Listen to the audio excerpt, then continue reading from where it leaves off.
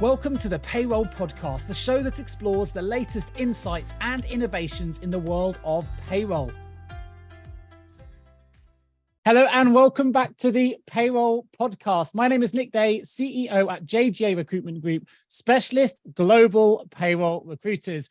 And today I am bringing you an absolute global payroll expert to the show, Kira Rubiano, who is Vice President of Global Payroll at Atlas HXM. Now, I first met Kira at the Annual APA Payroll Congress back in 2019. It was just after she'd won the prestigious Global Vision Award. It was face-to-face. It was in the States. It was a really exciting time. So really, really exciting for me to welcome you back to the show in virtual format now, post-pandemic, because that was, of course, pre-pandemic. And it's been really exciting for me because global payroll has been absolutely thrust into the limelight since we last met. We've seen payroll finally getting the international recognition it deserves from senior stakeholders. And Kira, for those that aren't familiar, she has over 15 years experience in global payroll, managing cross-cultural payroll operations, managing large cross-cultural teams.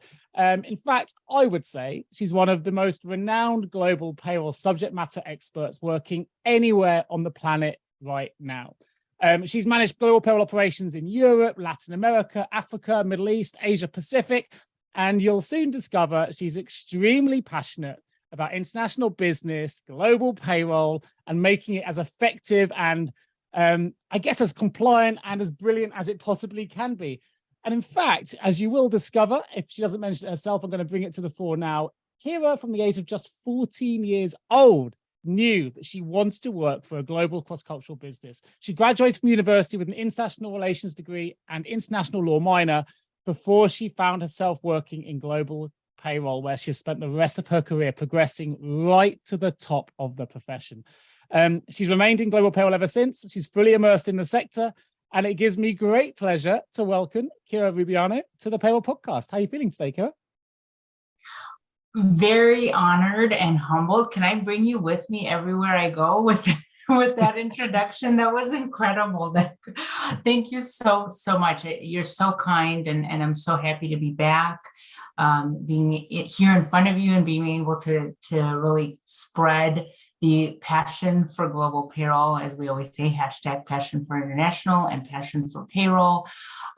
Really, you've done an immense job of elevating payroll and global payroll for the industry. So thank you for that, with your podcast, with your amazing song, with the work that you've done to support companies and professionals in recruitment and helping find the right fit. So thank you so much for that, on behalf of me and I'm sure other payroll professionals for continuing to elevate how important and critical payroll is to the world.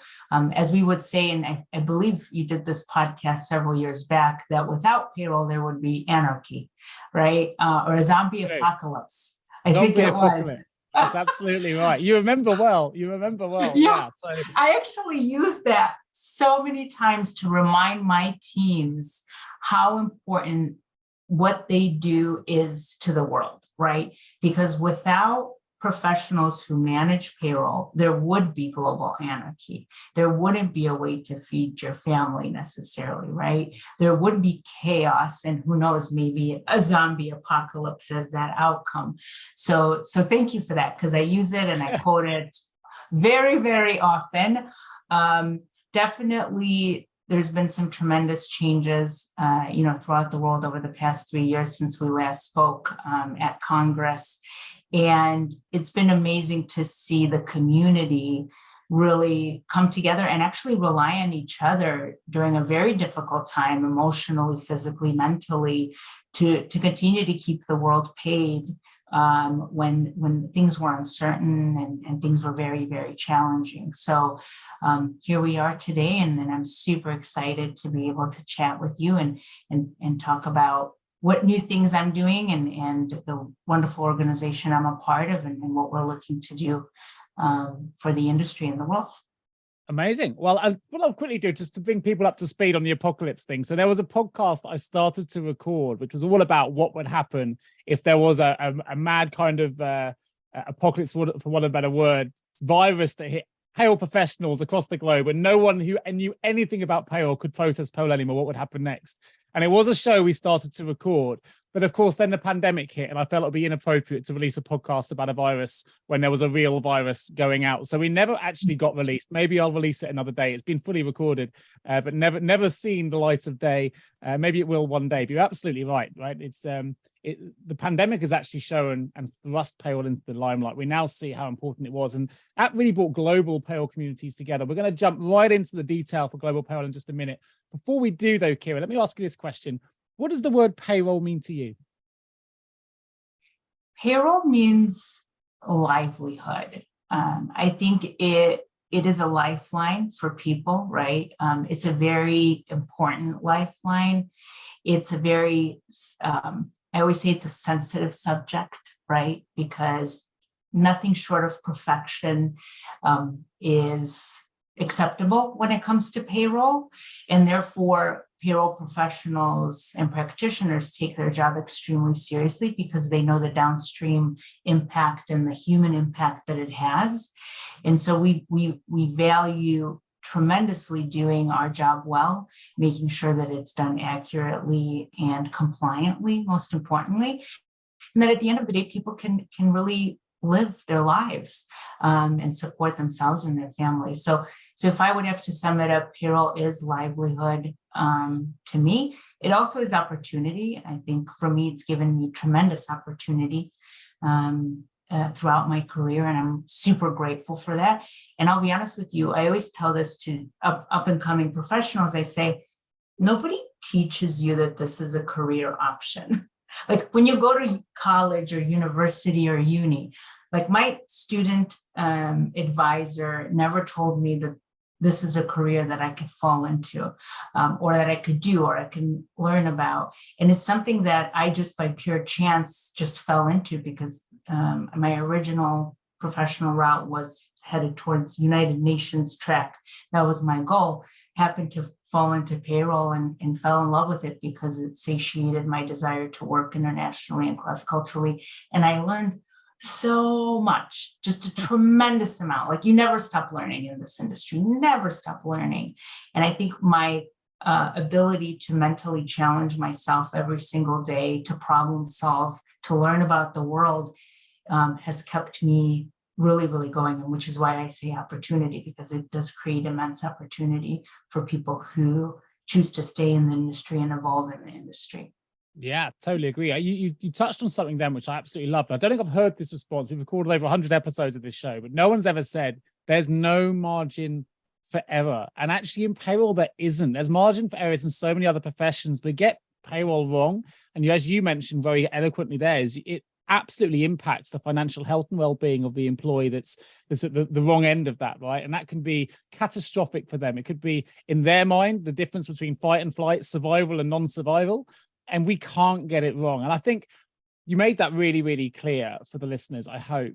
But one thing I would like to question on the back of that then for you is a lot of people listening to this may be familiar with their own local payrolls. And the same rules apply. There's still no margin for error.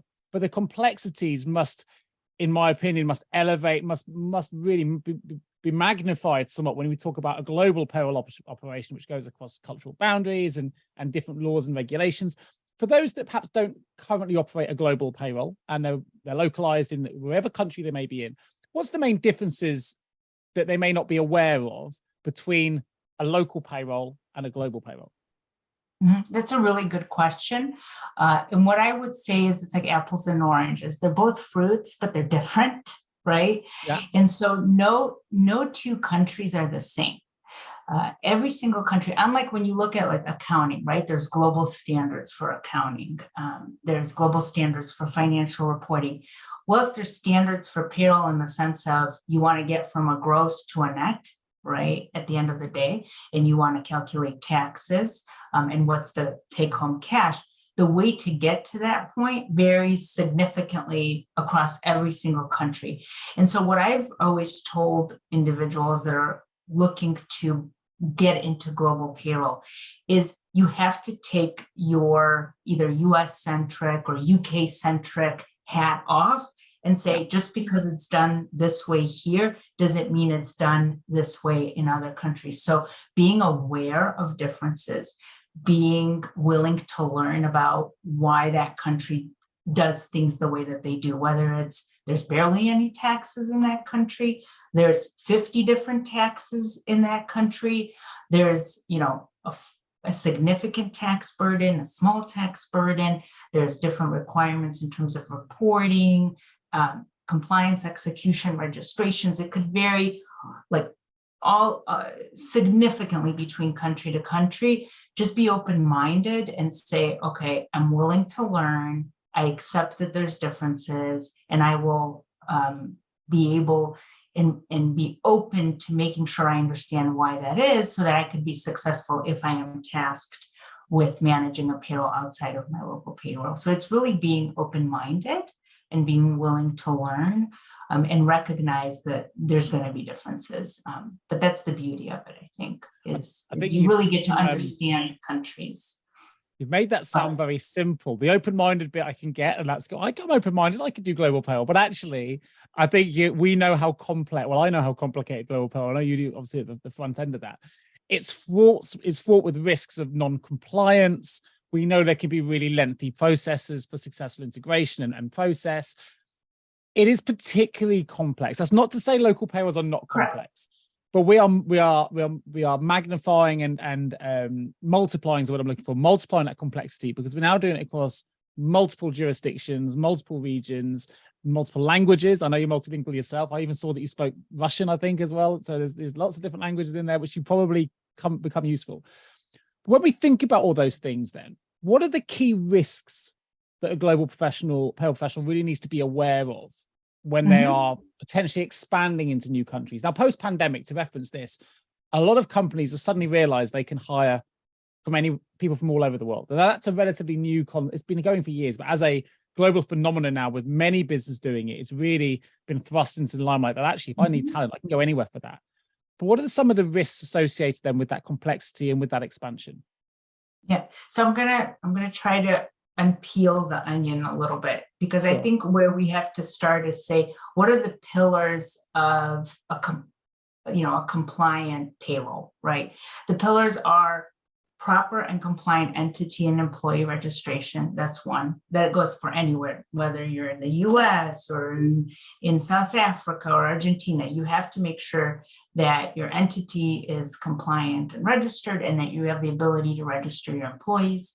Obviously, accurate processing. So your gross to net, your calculations, your pay slips, that's pillar 2, making sure that it's done right as per local regulation. 3, timely payment. So how do you move money within a country based on local laws and regulations? Countries have different mechanisms for what's required in terms of how you pay in local currency, where you pay from, when that's paid.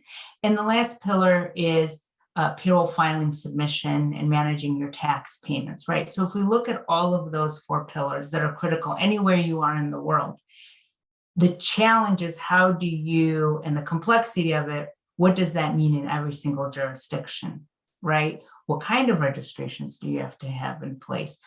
How do you calculate the taxes? How do you move your money? And how do you ensure that everything is filed and declared properly? So your challenges are your risks, because the minute that you get one of those pillars wrong is the minute that you have risk, right?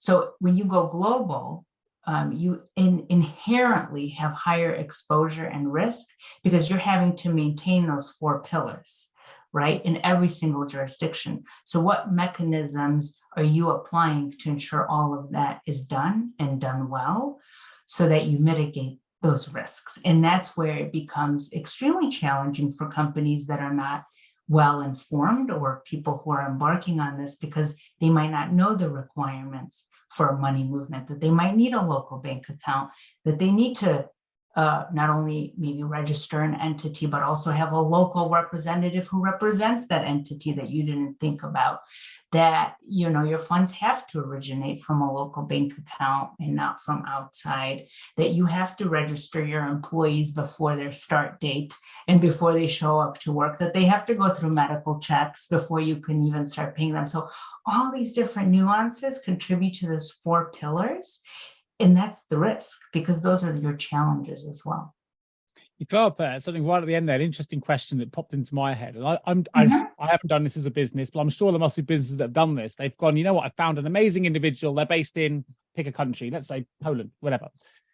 I've hired them, they're joining us, and I've done all that without any of that set up. So what are the risks associated then? If I'm as an entrepreneur that listen to this, there are business owners, there are CHROs that listen to this show who sometimes will make quick decisions because they don't want to lose out on key talent. And we know there's a global shortage of talent, not just in the payroll industry, but beyond. You make that decision to hire, but you haven't done all of that set up in advance. What are the potential ramifications of making such a decision? Have you come across that yourself? Have you seen business owners or leaders do this in the past?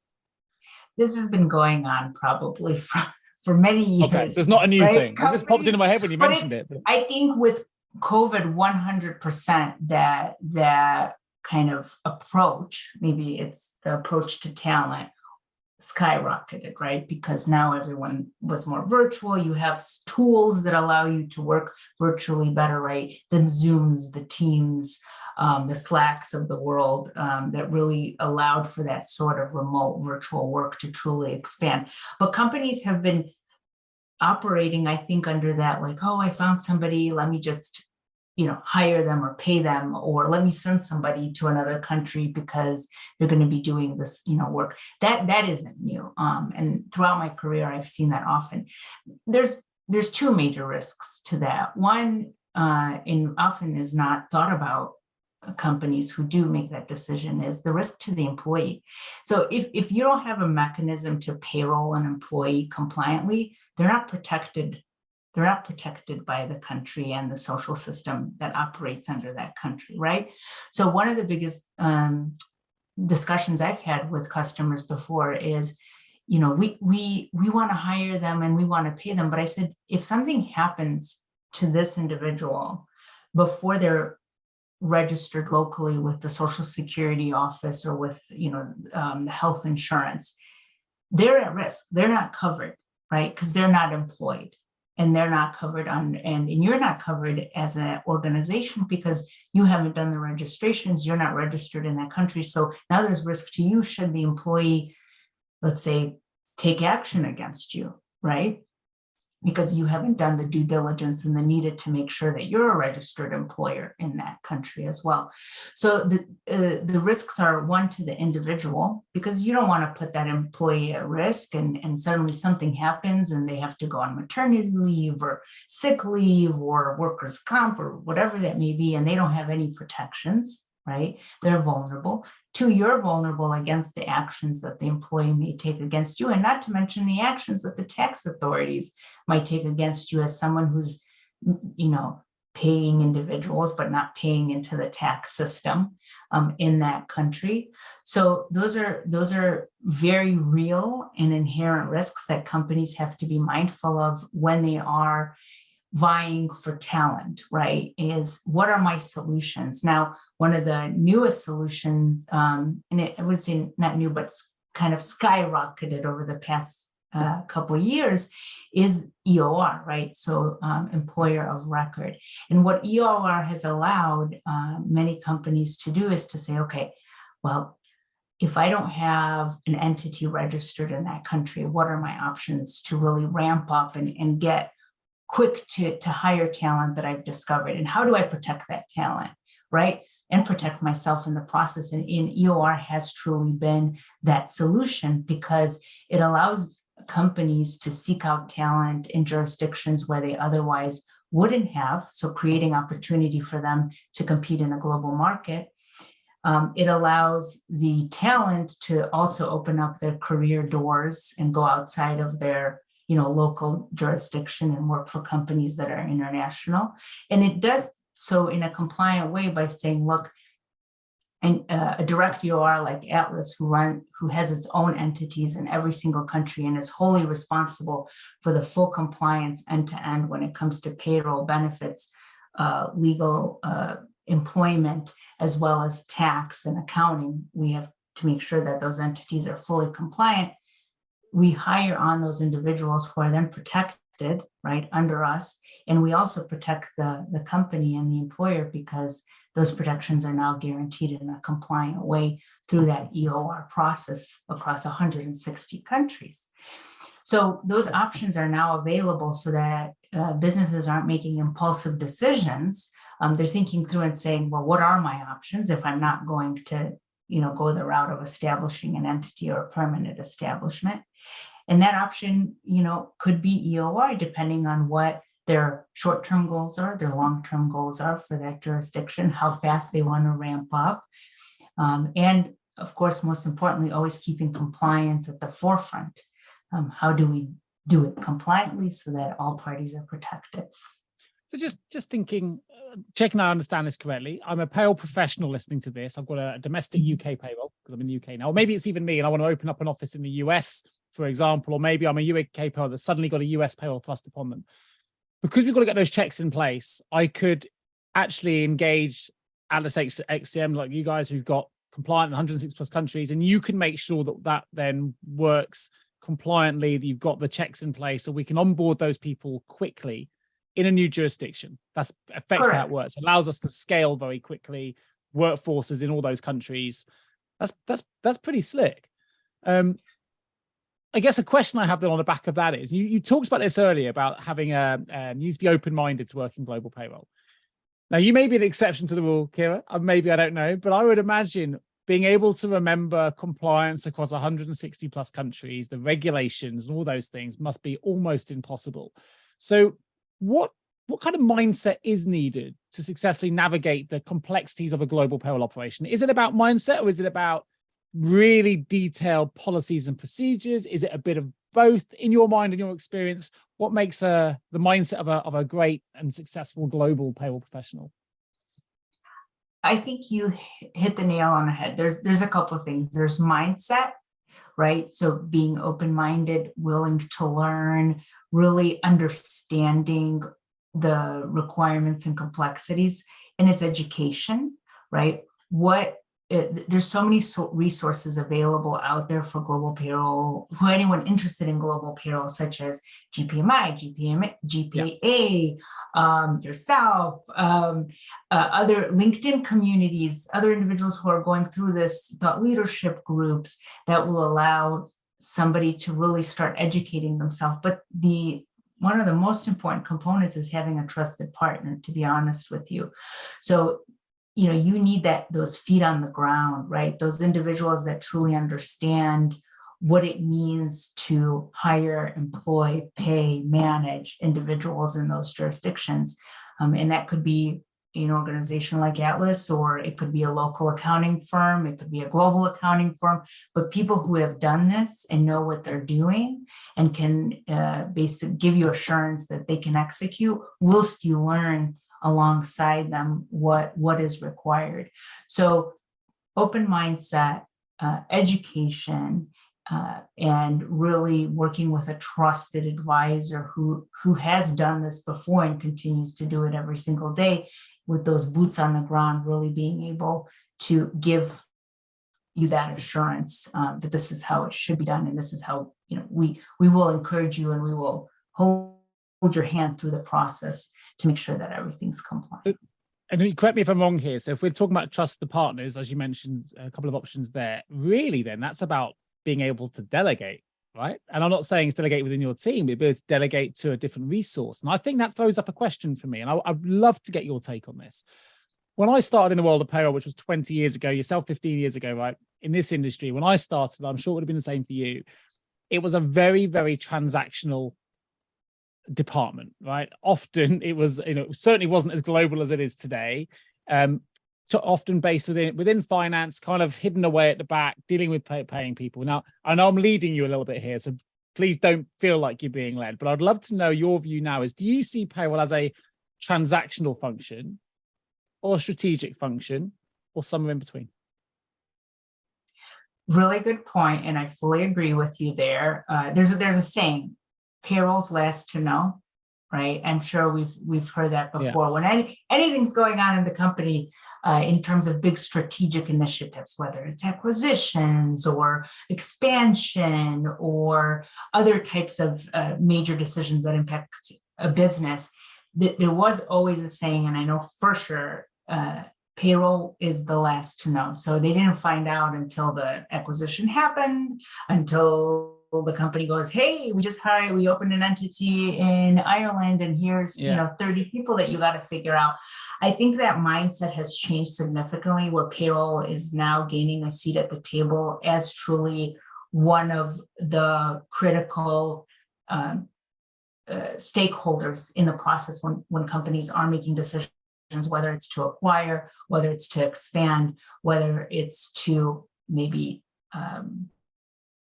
downsize the business, whatever that may be. Payroll professionals are gaining a seat at the table and are being heard. And I even see that from my own experience in working with many customers throughout my career in different organizations, is that these are people who have a voice in the business, and they're helping drive the business in terms of, for example, if a company is looking to expand in certain jurisdictions, they need to know what the costs could be for them, France versus Hungary, let's say.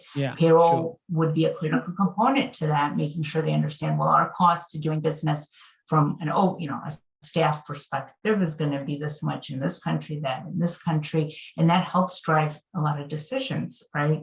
Or what have our experiences been in terms of payroll processing? How difficult is it to register employees? How difficult is it to terminate employees? That's going to drive a lot of decisions. Or what's the best practices, right? When we're looking to, let's say, acquire a company, how much lead time do we need to take over the payroll? So these are all kinds of different types of questions that only payroll would be able to answer. And they're critical to a business, right? Especially in a global market. And so I do feel strongly that payroll has gained a seat. And I think it continues to gain clout. And I think it's important that payroll professionals aren't afraid to say, look, I don't think this is a good idea, because it has an impact on people who are our most critical component to this whole thing, right? To any strategy, it's the people. So I hope that continues. I do think there's still some gains to be made, and hopefully they will be. I think over the next 5 to 10 years, I don't doubt we're going to be seeing payroll professionals as really drivers even of strategic decisions that are being made in businesses. I think if the delegation piece for me is a strategic mindset. So to delegate to what partners, how do we delegate? For me, that's a strategic initiative, but also everything you've summed up there is all kind of ties into feasibility analysis for businesses. Is it feasible to go here? Is it feasible to go here? How's it going to impact? And they're all strategic things. I think you've articulated that brilliantly. And I think that's a really exciting, you put it made payroll sound very exciting there for people coming into the industry, right? It's no longer a ceiling of just, it's not just about getting people paid on time. It's about whether you can look at payroll now, and payroll can be a driver to knowing where and how a company scales and grows and engages its employees. And I think you made that really clear. There's a question I had to ask today, and I had to throw this in. It was a question for me. It wouldn't have been right not asking you this, because I'm just personally curious, for want of anything else. When you're managing so many payrolls as you have throughout your entire career, particularly now, 160 plus countries, we know that every country has its own regulations, requirements, reporting standards, infrastructures, practices, cultural obligations and nuances and things like that. Maybe it's never happened to you, but I'm kind of hoping it will, because I'm interested to know.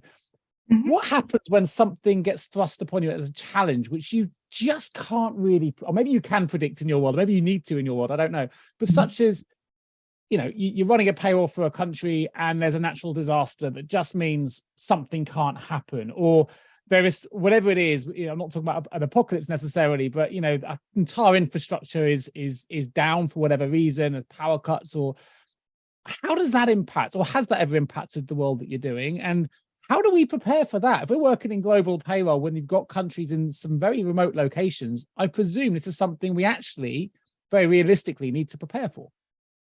Yeah.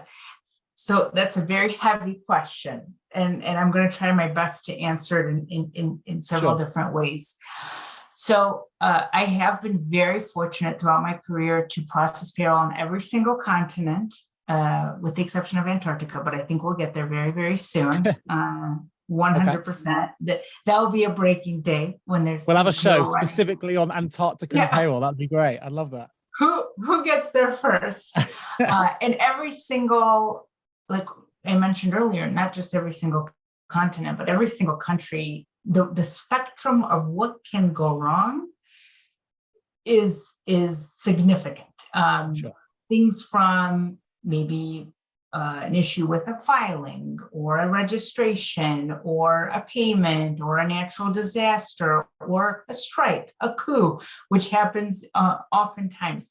And so the key to being able to manage those, I would call them like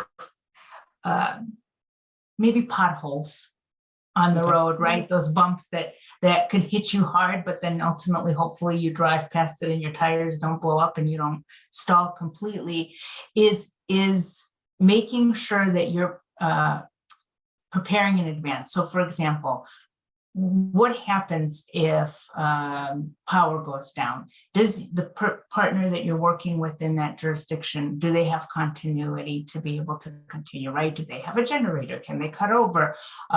Will they move to mobile device? Like, what you can ask those questions of the providers that you're considering or working with to say, like, what are your continuity plans? I've experienced everything from natural disasters to coups to COVID. I think was the biggest test of continuity, sure. I think for all payroll professionals. And what did we learn? I think what we learned is it's not easy, right? When you're trying to figure out how do we continue business as usual. And there are lessons and takeaways that we all learned during that time for sure. And we implement what we've learned during these challenges in how we operate and work going forward. So we knew that, for example, having documents only on servers was not the best thing, because if the server goes down, you don't have access to any information. So we moved to the cloud, right? So now everything's on the cloud. We learned that you should have cutovers in terms of your technology and being able to work. So now we have, hotspots on our phones in case power goes down. So there's all these different things that companies and professionals have adapted to be prepared for when things do go wrong. I also always look at a situation as follows. You can never fully make sure that nothing will happen. Okay, it's impossible. When you're working, even if it's just in the country that you're in, let alone in the globe, there's always going to be something that's going on, something that's happening. But you always have to have a mindset that every problem has a solution. So how do you think creatively? And if maybe you don't know, there's always going to be someone you can go to, whether it's your trusted partner, whether it's someone in the community who can give you some advice. But you always have to keep a mindset of, this is an issue I'm facing, a pothole. How do I get through it? And how do I learn from it so that going forward, I'm not going to face the same issue again? And I've been able to do that, having worked in every single continent, to say, okay, I faced this challenge in Africa. What did it teach me, right?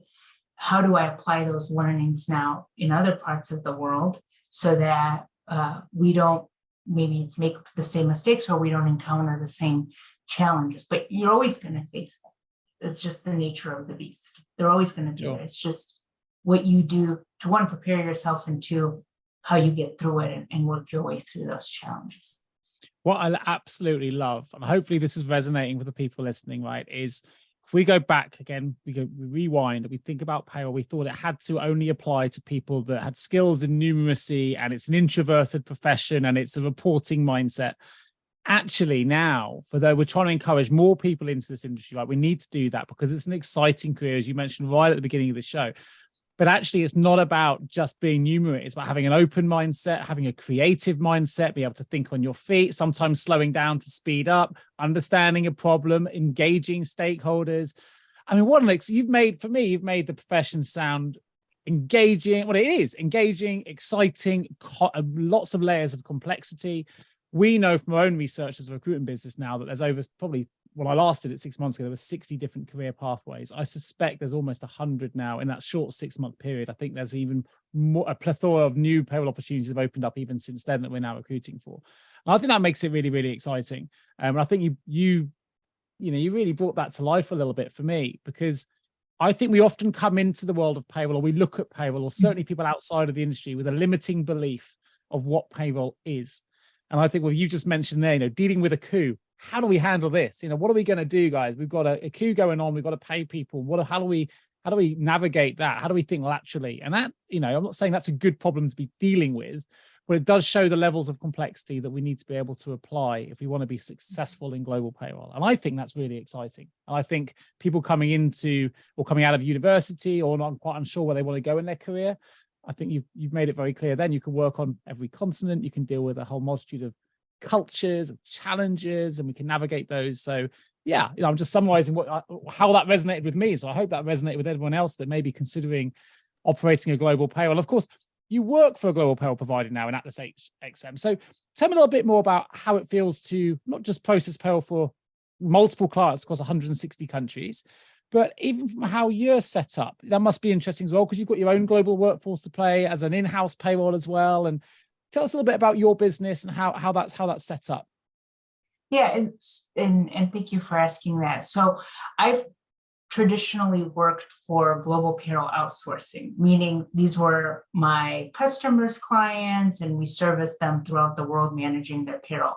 The big difference that is now at Atlas is yes, these are customers that we're supporting with their talent, but these are now my employees, okay? Yeah. My employees, because they are reported under our entities all over the world. So the stake that I have in the game is even more intense now, because I have to make sure that our employees are paid timely, accurately, and compliantly all over the world. And so that is something we don't take lightly. It's extremely critical for us to be able to do everything we can to support not only our own internal talent, but also our customers' talent, because they are our employees at the end of the day. Sure. And I would say, I think that level of, care and support is critical in the EOR industry, especially. So knowing that the company that you have partnered with has taken a super vested interest, right? And that interest is these are our employees, in making sure that everything is done correctly and compliantly is really, really important when considering this option, because there are other companies that outsource that, right? The employment to other agencies, or maybe they're just not as vested because it doesn't ultimately impact them overall. And I'm very fortunate to have a very talented, large group of payroll professionals all over the world who are supporting their respective regions and making sure that all of our employees are processed as per local law and regulation, and who are very well versed in that regulation, as well as how to manage, gross to net and pay slips. We also partner with a lot of local accounting firms who help us with filings and submissions on the ground and supporting that. So we have a very robust and great structure that sets us up for success to be able to manage all of the employees that we have in every single country, which every single month I'm amazed at how we do it, to be honest, sometimes, because I always say it's so many dots on the map, right? That you have to manage and balance, and somehow by great technology, services, processes, and team and talent, we are successful and able to do that. And I'm very grateful to be able to oversee that and really be the leader for that and implement the best practices that I have learned throughout my career here, and continue to learn even from my team as well, because they come with their own wealth of knowledge and experience that I'm learning from them as I go through it. Amazing. What I love about it, and maybe I'm biased because I'm an entrepreneur myself, I've got my own company and we're not international yet. Watch this space. Maybe that'll change in the future. But it's companies like Atlas that are allowing businesses like mine, entrepreneurs that want to try and grow and scale, to do so confidently and quickly and compliantly. As you say, used to work for global payroll providers. Well, on that basis, I would need to first go through all those checks myself and then outsource it. This is the other way around. Mm-hmm. This allows me to do it straight away. Tomorrow, I could phone you guys up and say, I've got 2 employees I want to hire in Holland. And you can say, right, they can come through your entity, they're your employees, but it allows us to get set up and allows us to scale. And I think that's, I I think that's a phenomenal service. I know it's still a relatively new concept for me, but it's great to see it out there. And I think what's really encouraging is seeing the passion behind that service, right? Just looking after those employees. And I think payroll people have this generally. There's a real compassion for people that work in people that work in tend to be very compassionate about the people that they are responsible for. And you mentioned it very early on. There's no margin for error. We know that often the buck stops with payroll. We get the financial bit wrong, and the house of cards can start to fall down. So we've got to make sure that we are as compliant and as empathetic and as robust in the way that we manage that process as possible. And it sounds to me like that's something that gives you a lot of passion and energy in the role that you do. I guess it leads me to ask a question. So what is it about, what's the most enjoyable aspect for you in payroll? What is the thing that really, I guess, gives you energy in your position? So honestly, for me, it's being able to work cross-culturally. I absolutely thrive on the ability to have communication and contact with people all over the world, to see people, in their own respective jurisdictions, being able to make an impact. That for me has been a tremendous reason why I've stayed in the industry. The other is really learning about the world. It's amazing how much you actually understand about countries when you get to understand why payroll runs the way they do in terms of their tax systems, their working lifestyle, right, in terms of the work hours and compensation and things like that. So for me, it's continuing to learn about the world, and it's having those connections with people all over the world that gets me up every single morning. Because I'll be honest with you, as much as it's ironic, I'm not a numbers person. I'm good at numbers, but my passion has never been numbers, because I wanted to do international relations. It's people. Yeah. It's people, and it's the world. That comes through. Yeah. What's super ironic, and my husband is in finance, and he's a super numbers person. He's always looking at it. Now, don't get me wrong, I've processed enough payroll in my day to know how to reconcile and do gross to nets and know when something's off. But numbers is actually not my number one passion. My number one passion is communicating with people around the world and really getting to know them and understanding what makes the world work the way that it does. And global payroll allows me to do that, which is why I've truly stayed committed to the industry, passionate about it, and hope to continue to now mentor others who are interested in the career in global payroll, or who have just commenced their career. One of my main goals is to truly have them kind of take the baton forward, to make sure that we continue to drive the industry forward, because we need those individuals to take that baton. Yeah, absolutely. And kudos to everything you've just said. So just to make this really clear for someone, this is an international show. 46% of our audience are based globally, right? So it's worth mentioning. Maybe I'm a payroll manager listening to this right now. Maybe I'm an entrepreneur based in another country further afield. And I'm thinking, you know what, I've wanted to scale, or I've wanted to launch a new operation in a different country. What would typically be the process that needs to go through then for yourself, Kira? You get a call tomorrow from the equivalent of me somewhere else saying, I want to hire these 2 employees. Very, very quickly and simply, what would be roughly the process to get them onboarded with Atlas?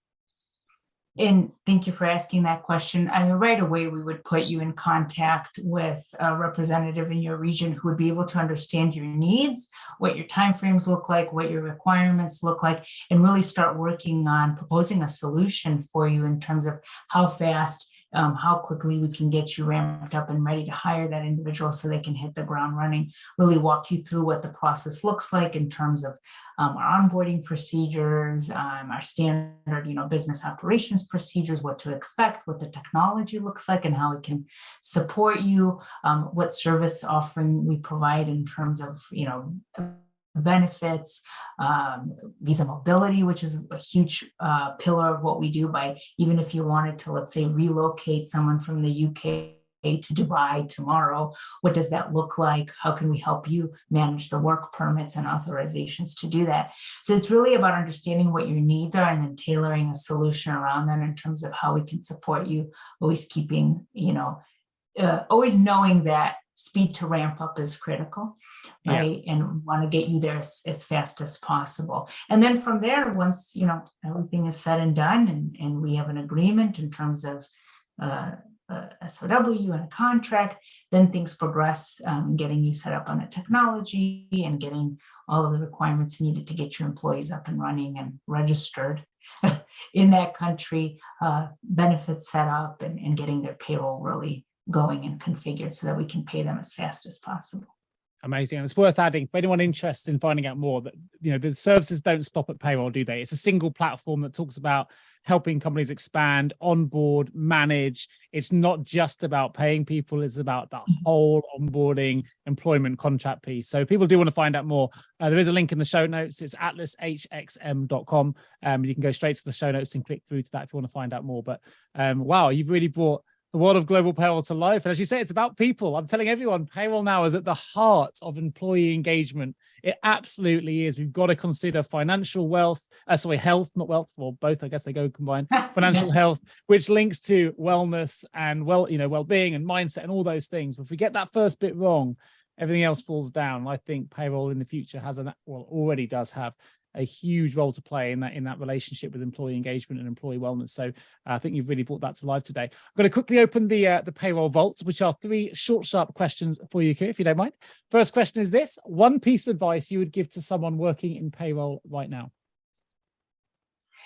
Don't be afraid to expand your horizons. Even if your company isn't necessarily looking to expand, it would do you a great service to understand, well, if they do one day, what do I need to know? So get yourself subscribed to the different associations that are globally minded for payroll professionals. Start reading some articles, connect on LinkedIn, because it's never too late, because you don't want to end up being in a position where suddenly tomorrow somebody says, make it happen, and you don't know. So don't be afraid to start learning about it now, because the global expansion will not go away. Having workforce around the world is always going to be present, and it's going to continue to increase. So get prepared for it. Super. Be prepared and don't be afraid to connect. Absolutely right. We've been connected ever since we met, right? The APA, and it's been a great, and it's amazing where these things can lead. Second question: if you had the power of foresight and you could change the entire global payroll industry with one action or one improvement, what would that action or improvement be? Automating the filings systems around the world, getting away from physically handing documents that need to be stamped, because that increases visibility, accountability, and transparency when it comes to how governments operate. I think the UK has done a tremendous job, Ireland, Brazil, in terms of automating how they manage filings and submissions.